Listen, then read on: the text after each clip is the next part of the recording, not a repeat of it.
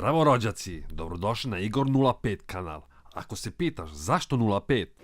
Rođal si seljak. A ova melodija me podsjeća na nešto. Ajde imate sekundu jednu da pogodite o čemu se radi. Ko ne pogodi, tetka mu je teče ili ide u ćošak. Pravo u ćošak. Čekaj, ja ću. Da nije Sonic. Jagodica Bobica. Ninja Korjače. Ne, znam, čakaj. Lepa Brena. Sa koje planete si ti sišao, rođače? Ajde pusti taj klip već jednom.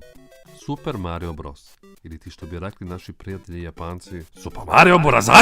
Je mali čikacila razarač, kako ja volim da ga nazovem i po čemu ga se i najviše sećam, koji je rođen pre 30 godina na igračkoj konzoli Nintendo.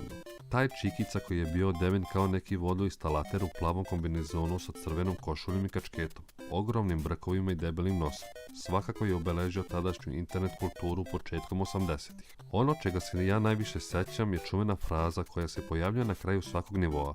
Izvinite Mario, ali princeza je u nekom drugom zamku. Sam karakter Marija je rođen 1981. godine u igri Donkey Kong, jedna od prvih platform igrica koju je stvorio Nintendo.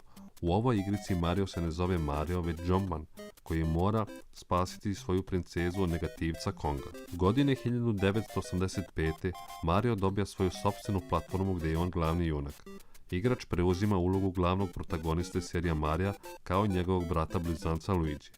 Jedina razlika između njih dvoje je to što Mario nosi plavi kombinezon sa crvenom košuljom, a Luigi plavi kombinezon sa zelenom košuljom.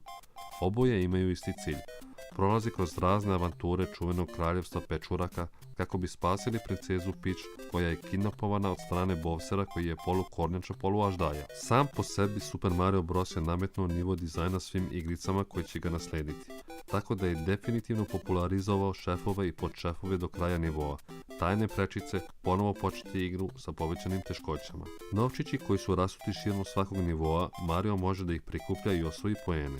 Nakon 100 prikupljenih novčića dobija novi život. Nivoi također sadrže blokove označene sa znakom pitanja koji mogu da sadrže više novca, narandžastu pečurku pomoću koje Mario raste i može doći u kontakt sa neprijateljem bez direktnog umiranja, zelenu pečurku pomoću koje dobija još jedan život, zvezdu koja čini Marija nepobedivim za nekoliko sekunde i cvet požara koji omogućava Mariju da baca vatrene lopte. Super Mario Bros. Je druga po redu najprodavanijih igrica svih vremena sa preko 40 miliona primjeraka prodatim širom sveta. Tokom ovih 30 godina više od 300 miliona primjeraka različitih verzija na različitim konzolama je prodat. Na prvom mjestu najprodavanijih igrica se nalaze Wii Sport na konzoli Nintendo Wii sa preko 80 miliona primjeraka prodatih širom sveta. Hvala vam za sve dečačke radosti koje ste mi dali, gospodine Shigeru Miyamoto. Također vam hvala za sve noći neispavane, za sve kečeve koje sam dobio u školi jer umjesto da učim ja sam igrao vašeg Marija. Hvala vam i za sve nervne slomove koje sam dobio bar 15 puta na dan zbog one vaše karakonđele Bossera od koga sam izgubio bar 30 godina svog života. Jer me je toliko života uzeo da ne do Bog da ga sretnem negdje na ulicu. Pa se. To mile gove. I mislim da je najbolji trenutak da završim ovaj prvi video i da vas ostavim na ovako jako mudrim rečima i prelepim zaključkom. I što bi rekao jedan naš filozof. Pa šta je volan za rock and roll? Nisu bitne godine, bitna je duša jarane. I to bi bilo sve za ovaj prvi klip. Nadam se da će vam se svidjeti, a i mislim da će par vas da se prepozna u zaključku pri kraju klipa. Pozdrav sve vas, ovo je bio Igor 05. Ako se pitate zašto 05? Rođal si seljak.